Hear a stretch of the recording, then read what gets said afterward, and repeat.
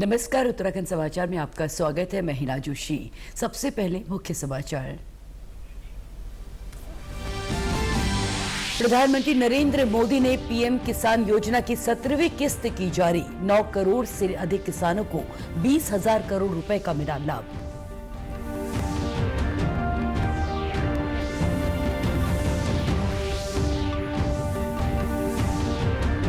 देश भर में 10वें अंतर्राष्ट्रीय योग दिवस की तैयारियां जारी। नई दिल्ली में केंद्रीय आयुष राज्य मंत्री ने ब्रेल लिपि में योग प्रोटोकॉल पुस्तक का किया विमोचन।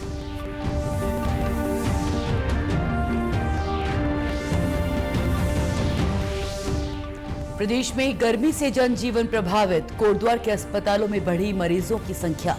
उधम सिंह नगर जिले में किसान परेशान।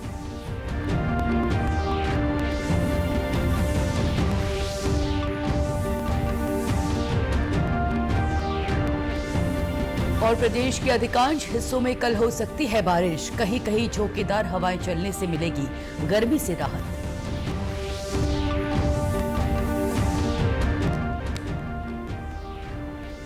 और अब समाचार विस्तार से। प्रधानमंत्री नरेंद्र मोदी ने आज वाराणसी में पीएम किसान योजना की 17वीं किस्त जारी की। इसके तहत 9 करोड़ 26 लाख से अधिक किसानों को 20,000 करोड़ रुपए से अधिक का लाभ मिला है। प्रधानमंत्री ने कृषि सखियों के रूप में प्रशिक्षित 30,000 से ज्यादा स्वयं सहायता समूहों को पैरा एक्सटेंशन वर्कर के रूप में कार्य करने के लिए प्रमाण पत्र भी वितरित किए। देश भर के करोड़ों किसानों के बैंक खाते में पीएम किसान सम्मान निधि के 20,000 करोड़ रुपए पहुंचे हैं। आज 3 करोड़ बहनों को लखपति दीदी बनाने की तरफ भी बहुत बड़ा कदम उठाया गया है। कृषि सखी के रूप में बहनों की नई भूमिका उन्हें सम्मान और आय के नए साधन दोनों सुनिश्चित करेंगे। प्रधानमंत्री नरेंद्र मोदी आगामी 21 जून को श्रीनगर में 10वें अंतर्राष्ट्रीय योग दिवस समारोह में भाग लेंगे। इस वर्ष अंतर्राष्ट्रीय योग दिवस का विषय है स्वयं और समाज के लिए योग। केंद्रीय आयुष राज्य मंत्री प्रताप राव जाधव ने आज नई दिल्ली में संवाददाताओं से बातचीत में कहा कि इस वर्ष का विषय व्यक्तिगत और सामाजिक कल्याण को बढ़ावा देने में योग की दोहरी भूमिका के महत्व को दर्शाता है। उन्होंने कहा कि हाल के वर्षों में लाखों लोगों की उत्साहपूर्ण भागीदारी से समुदायों पर योग के गहरे प्रभाव का पता चलता है। इस अवसर पर उन्होंने दृष्टिबाधित लोगों की सुविधा के लिए ब्रेल लिपि में एक सामान्य योग प्रोटोकॉल पुस्तक का विमोचन किया। उन्होंने योग पर प्रोफेसर आयुष्मान कॉमिक का लोकार्पण भी किया। ये पुस्तक बच्चों को रुचि और मनोरंजन के साथ योग सीखने और अभ्यास करने में मदद करेगी। अंतर्राष्ट्रीय योग दिवस जम्मू कश्मीर के श्रीनगर में अपनी निर्धारित तिथि 21 जून 2024 को मनाया जाएगा।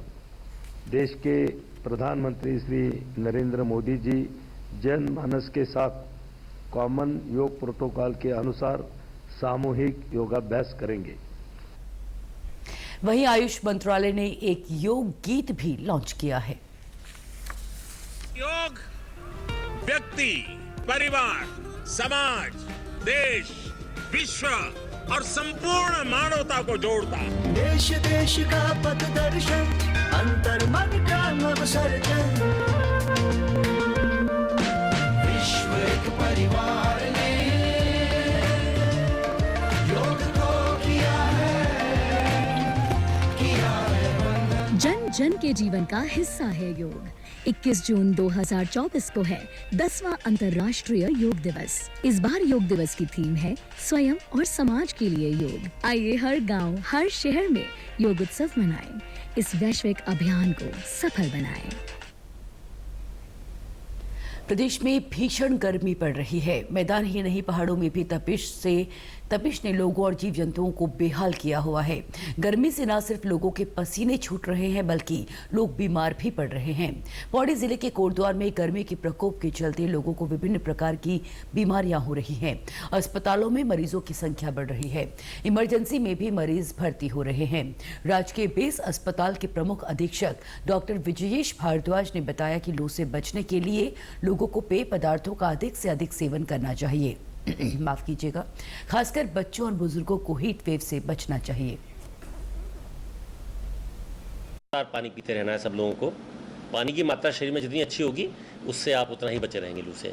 नंबर 2, आजकल कच्चा आम बहुत बाजार में आ रहा है। कच्चे आम का पना बनाकर पीजिए, वो लू के थपेड़ों से आपको बचाएगा। तीसरी चीज़, खाने पीने में हरे फल और सब्जियां, हरी सब्जियां और जो फल आजकल के आ रहे हैं उन फलों का प्रयोग करें, भरपूर मात्रा में प्रयोग करें। अन्न का प्रयोग कम करें। आजकल के मौसम में जो खाद्य है, जो अन्न है उसका प्रयोग कम करें और रसदार फलों का और रसों का पान और पानी का उपयोग ज़्यादा करें। और बाहर जब भी आप निकलें कोशिश ये करें कि आप बहुत पतले कपड़े, जो पुराने कपड़े हों, वो फुल आस्तीन के पहनकर निकलें और सिर पर अपने या तो आप कोई कपड़ा रखें या कैप लगा के निकलें ताकि डायरेक्ट आपके ऊपर उसका धूप का अटैक ना हो। वहीं गर्मी से त्रस्त लोगों का कहना है कि इतनी गर्मी इससे पहले उन्होंने कभी नहीं देखी। गर्मी और लू से बचने के लिए लोग सावधानी बरत रहे हैं। खाना तो ये है कि खाने पे तो जो है बहुत ज़्यादा अंकुश लगा रखा है। जितनी भी जो है डाइट ली जा रही है वो लिक्विड डाइट ली जा रही है। कोशिश ये की जा रही है कि अधिक से अधिक पानी पिया जाए, छाया में रहा जाए, अवॉइड किया जाए कि दिन में जो है ट्रैवलिंग ना हो, शाम को ही हो। लेकिन एसेंशियल काम आ जाते हैं तो करने पड़ते हैं। इस तरह से जो है पानी की बोतल साथ में है, चश्मा साथ में है, तमाम चीज़ें हैं। उधर उधम सिंह नगर जिले में बढ़ते तापमान और बारिश न होने से किसान परेशान है। जिले में पिछले 3 महीने से बारिश नहीं होने के कारण गन्ना, धान, फलदार पेड़ों और पौधों की रोपाई पर विपरीत प्रभाव पड़ा है। बारिश न होने के कारण भूजल का स्तर नीचे चला गया है। घर में पानी की आपूर्ति भी प्रभावित हुई है। महाराजपुर के प्रगतिशील किसान गुरदास कालरा का कहना है कि अगर यही स्थिति बनी रही तो उत्पादन पर असर पड़ेगा। भीषण गर्मी पड़ रही है और विगत काफ़ी टाइम से बरसात नहीं हुई है, जिसकी वजह से धान की रोपाई नहीं हो पा रही है, पौध सूख रही है, गन्ने की फसल सूख रही है, गन्ने की गोब सूख रही है, प्लांटेशन सूख जा रहे हैं, मोटरें पानी नहीं, वाटर लेवल नीचे चला गया है, मोटर पानी नहीं उठा पा रही है। बहुत विषम परिस्थिति से किसान आज के दौर में गुजर रहा है और बारिश की गुहार लगा रहा है कि बारिश आए। और सरकार से भी उम्मीद कर रहा है किसान कि जैसे पंपिंग सेट चल रहे हैं, डीजल पे ही कोई राहत मिल जाती तो किसान के लिए अच्छा होता। मुख्य कृषि अधिकारी डॉक्टर ए.के. वर्मा ने किसानों को लाइफ सेविंग ढंग से सिंचाई करने की सलाह दी है। उन्होंने जल के अत्यधिक दोहन को रोकने के लिए गर्मी वाले धान की फसल की जगह वैकल्पिक मक्के और दलहनी फसलों की खेती करने की किसानों से अपील की।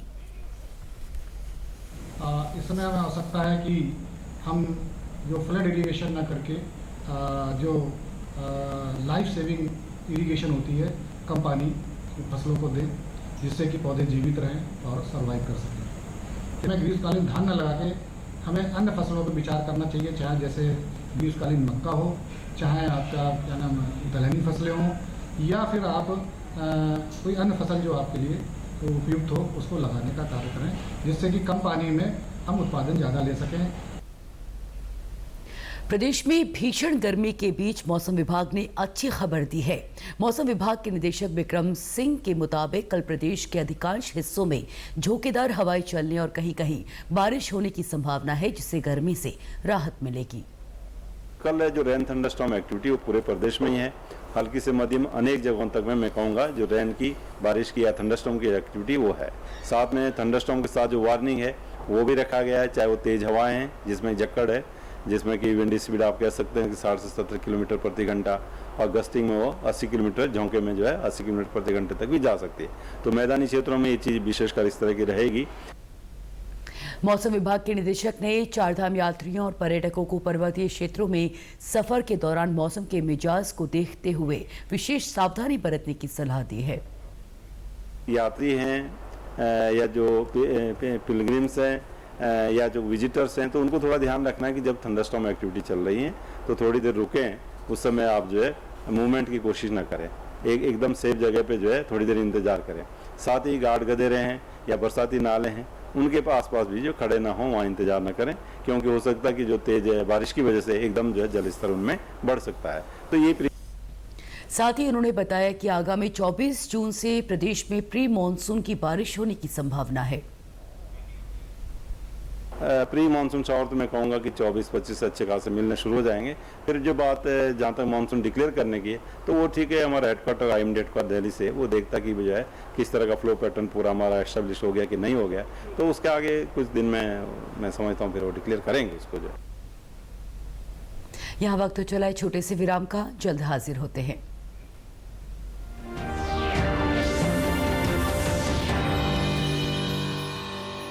नई वॉशिंग मशीन अच्छा है। क्या हुआ? अरे शॉपिंग पे 2000 का कैशबैक मिला है, बस QR कोड स्कैन करना है। अच्छी धुलाई होगी है ना? बैंक अकाउंट की पैसे रिसीव करते समय QR कोड स्कैन, पिन या OTP की जरूरत नहीं पड़ती, वो सिर्फ पेमेंट के लिए चाहिए होती है। इसलिए अनजान कोड या लिंक से सावधान रहिए और नुकसान से बचिए। बच गए धुलाई से। ये नई धुलाई अब यह कहता है कि जानकार बनिए, सतर्क रहिए।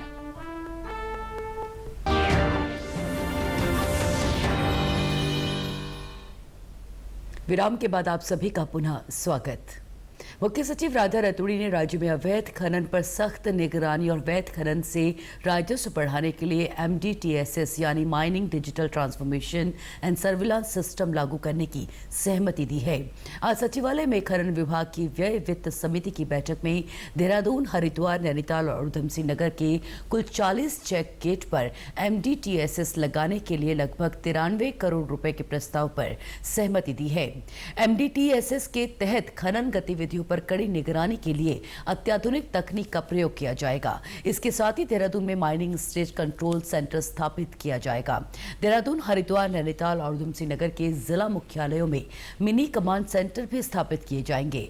मुख्य सचिव ने कहा कि MDTSS के माध्यम से खनिजों के गैर कानूनी परिवहन, अत्यधिक खनन, खनिजों को ले जाने वाले वाहनों की ओवरलोडिंग, ट्रांजिट पास में दी गई डिलीवरी लोकेशन की विपरीत डिलीवरी, अवैध खनन और अन्य कारणों से राजस्व हानि पर निरंतर निगरानी सुनिश्चित की जा सकेगी। इसके साथ ही मुख्य सचिव ने खनन क्षेत्रों में कार्य करने वाले श्रमिकों के कल्याण और उनके बच्चों को अच्छी शिक्षा और स्वास्थ्य सुविधाएं प्रदान करने के लिए कार्य योजना बनाने के निर्देश दिए हैं। और अब बात करते हैं चारधाम यात्रा की। चारधाम यात्रा पर आने वाले श्रद्धालुओं में जबरदस्त उत्साह देखने को मिल रहा है। यात्रा के लिए शासन प्रशासन द्वारा की गई व्यवस्थाओं से भी तीर्थयात्री संतुष्ट नजर आ रहे हैं। यात्रियों के मुताबिक ऋषिकेश के यात्रा रजिस्ट्रेशन ऑफिस और ट्रांजिट कैंप में चारधाम यात्रियों के रजिस्ट्रेशन के साथ ही हेल्थ चेकअप तो बेहतर है ही, साथ ही उनके उठने, बैठने, सोने, खाने पीने की भी अच्छी व्यवस्था की गई है। हम उदयपुर से आए, राजस्थान से, और जसोदा नाम वैष्णव, और हमारे बद्रीनाथ जाना है, बहुत अच्छे से दर्शन करना है। धूप बहुत पड़ी रही है तो, और हमारे रिजर्वेशन करवाया जी भी बहुत अच्छा हुआ। हमने यहाँ ऋषिकेश से रजिस्ट्रेशन करवाया है। हमारा पूरा ग्रुप है, हम कितनी फैमिली मिल के आए हैं। हमारे यहाँ पे चेकिंग भी बहुत अच्छी हुई है, चेक बैक भी हमारा बहुत अच्छा हुआ है। हम स्वस्थ हैं तो इसलिए हमें आगे जाने दिया जा रहा है। हमारा रजिस्ट्रेशन भी हो गया है, अच्छे से हुआ है रजिस्ट्रेशन भी। और हम चार धाम की यात्रा के लिए आए हैं, हम चारों धाम की यात्रा के लिए जाएंगे। मैं सोनू सिन्हा झुमरी तेजा झारखंड कोडरमा से आया हूँ और ऋषिकेश में आया हूँ, और सब चीज़ का अच्छा व्यवस्था है और रजिस्ट्रेशन वगैरह का भी बहुत अच्छा सा, ज़्यादा भीड़ भाड़ नहीं है, और खाना पीना का व्यवस्था, मेडिकल बहुत अच्छा से सरकार दिया है। यहाँ का कूलर वगैरह का बहुत अच्छा सा व्यवस्था है, मतलब कि सब चीज़ का अच्छा है। हम लोग केदारनाथ चार धाम के लिए यात्रा करने के लिए आए हैं। उत्तराखंड के समाचारों में आज बस इतना ही। प्रदेश से जुड़ी अपडेट्स के लिए आप हमसे सोशल मीडिया के माध्यम से भी जुड़ सकते हैं। हमारा एक्स हैंडल है DDNews_देहरादून। हमारा फेसबुक पेज है DD न्यूज़ उत्तराखंड। हमारे YouTube channel DD news Uttarakhand को आप सब्सक्राइब करें और हमारे Instagram page DD news Uttarakhand को भी आप फॉलो कर सकते हैं। नमस्कार।